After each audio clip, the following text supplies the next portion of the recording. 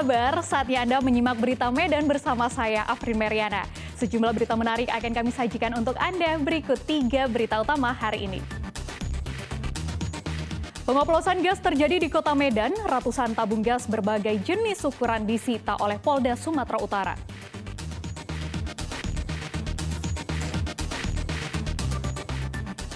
Ratusan batang ganja ditemukan di kawasan hutan konservasi Taman Hutan Raya di Kabupaten Karo.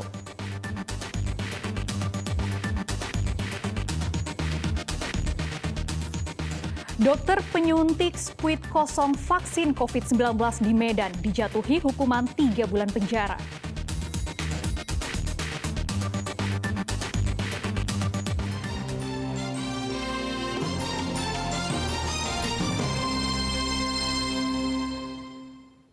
Ratusan tabung gas berbagai jenis ukuran disita oleh Polda Sumatera Utara dari tempat satu pangkalan resmi penyedia gas LPG.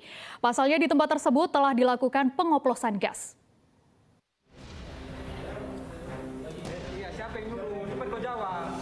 Tim gabungan Polrestabes Medan dan Direktorat Kriminal Khusus Polda Sumatera Utara Kamis malam menggerebek praktik pengoplosan gas yang diduga dilakukan oleh satu pangkalan resmi penyedia gas LPG. Pangkalan itu berada di kawasan Barubas Sunggal, Kecamatan Medan Sunggal, Kota Medan. Pangkalan itu baru beberapa bulan pindah dari sebelumnya berada di Kecamatan Selayang. Selain menjadi pangkalan gas, bangunan itu juga difungsikan sebagai tempat pemasaran kelapa parut. Saat penggerebekan tampak pekerja memindahkan gas dari tabung gas melon ke tabung gas non-subsidi 12 dan 50 kg. Proses pengoplosan menggunakan pipa selang.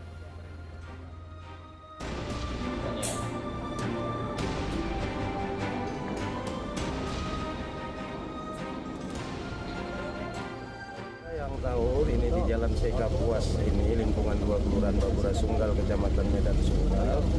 Beliau ini adalah jual kelapa dan pemarut kelapa serta jualan gas.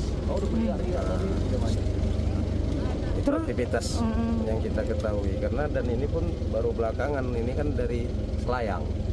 Pindahan. Makanya itu ada papannya itu masih Selayang itu Nopan. Dalam penggerebekan ini ratusan tabung gas berbagai jenis ukuran disita oleh Polda Sumatera Utara. Polisi belum dapat menaksir jumlah kerugian yang ditimbulkan. Aktivitas pengoplosan demi meraup untung dari penjualan gas subsidi yang dioplos ke tabung gas non-subsidi di pangkalan ini telah berlangsung selama 6 bulan. Pada plang atau papan penanda, nama agen terpampang Pusat Koperasi Kartika Bukit Barisan. Namun Polda Sumatera Utara belum memastikan adanya indikasi keterlibatan pihak tersebut dalam aktivitas ilegal ini. 3 orang yang diringkus masing-masing Andri Pranata, Rodi Tanjung, dan Novandi. Namun belum ditetapkan sebagai tersangka. Masing-masing berperan sebagai juru oplos, membersihkan serta memasarkan gas hasil oplosan. Sedangkan pemilik yaitu Beni Sinaga disebut kabur dari penggerebekan. Yang inisial RT ini bertugas untuk memindahkan yang 3 kilo ke 12 kilo maupun 50 kilo dengan menggunakan JOS, alat bantu pipa. Inisial NF ini berperan untuk membersihkan setelah dilakukan oplos dari 3 kilo ke 12 kilo. Dan satu lagi saudara APG inilah yang menjual ya dalam bentuk yang sudah ukuran yang 12 kilo. Selain beresiko tinggi memicu ledakan dengan aktivitas pengoplosan, ironisnya pangkalan ini justru mengambil keuntungan di tengah jeritan masyarakat atas kelangkaan memperoleh gas subsidi untuk kebutuhan sehari-hari. Tutia Lewe Lubis melaporkan dari Kota Medan. Masih soal gas LPG, Wali Kota Medan Bobi Nasution melakukan sidak atau inspeksi mendadak bersama Pertamina, polisi, dan TNI. Hal ini dilakukan menyusul kelangkaan gas subsidi 3 kg. Kelangkaan gas subsidi 3 kg dikeluhkan warga di beberapa kecamatan di Kota Medan. Kelangkaan gas telah terjadi dalam 2 pekan terakhir. Wali Kota Medan Bobi Nasution mendatangi beberapa pangkalan gas bersama Pertamina serta TNI dan Polri. Kunjungan tersebut dilakukan di kawasan Medan Denai. Hasilnya, dari beberapa pangkalan yang didatangi mengalami kekosongan gas. Saat sidak, Bobi sempat menegur salah seorang petugas Pertamina karena dianggap tak serius menanggapi kebingungan warga yang kesulitan memasak. Di sini ada total 26 pangkalan, Pak. Jumlah penduduknya. Kamu jangan ketawa dong. Ini masyarakat saya gasnya langka loh. Ya, Pak. Kamu jangan ketawa orang nanya. 54.000, Pak. Kamu enak-enak aja kamu. Orang Pertamina gasmu enak, ilmu enak. Kamu tanya ketawa. Berdasarkan sidak bersama ini, Bobi meminta Pertamina agar menambah stok gas subsidi 45.000 tabung gas per bulan dari jatah 2 juta tabung. Penambahan jatah ini diharapkan dapat mengatasi kelangkaan. Lapangan kosong memang, lapangan kosong, tapi Pertamina kemarin sudah ada tambahan, sudah ada masukin tambahan. Kalau saya di Medan itu ditambah 45.000 tabung gas. Terkait kelangkaan gas, Pertamina Sumbagut mengklaim kelangkaan gas di Kota Medan ini diakibatkan tingginya permintaan oleh masyarakat sehingga barang yang beredar habis. Tutia Lewia Lubis melaporkan dari Kota Medan.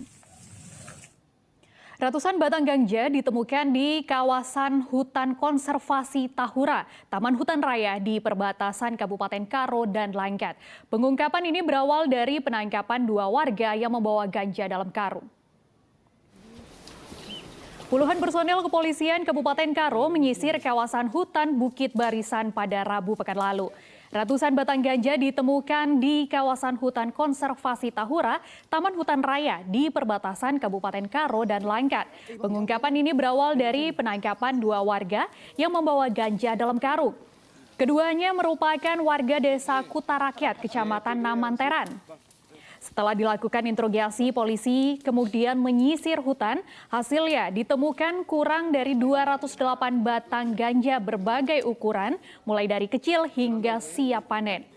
Seluruhnya ditemukan dalam 6 titik penyisiran lokasi. Sekitar pukul 20 waktu Indonesia Barat, tim mengamankan tersangka, kemudian berdasarkan hasil interogasi kepada tersangka, sampai dengan dini hari kita melakukan pengembangan dari mana tersangka mendapatkan ganja atau barang tersebut. Waspada saat meninggalkan sepeda motor Anda, apalagi jangan sampai kunci tertinggal. Akibat ditinggal saat hendak membuka warung, motor penjual sate di Kota Medan Raib dibawa kabur kawanan maling.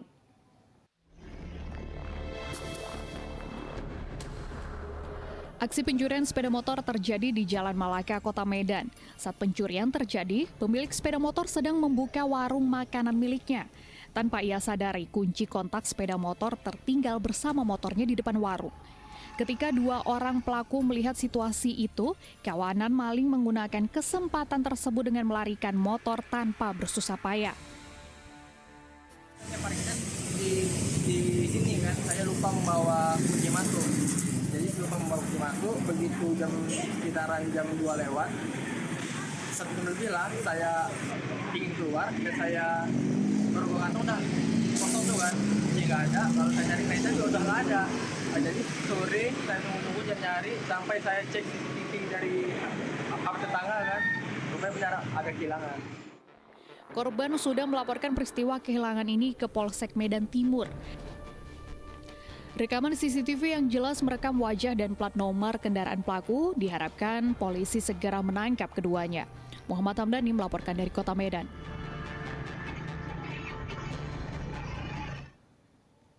Mantan Wali Kota Pematang Siantar Robert Edison Siahaan gugat Komisi Pemberantasan Korupsi sebesar 40 miliar rupiah.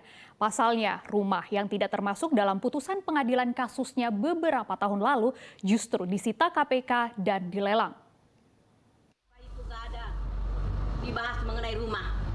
Itulah ceritanya. Bapak tahun 2013. Mantan Wali Kota Pematang Siantar periode 2005-2010, Robert Edison Siahaan gugat Komisi Pemberantasan Korupsi sebesar 45 miliar rupiah di Pengadilan Negeri Pematang Siantar.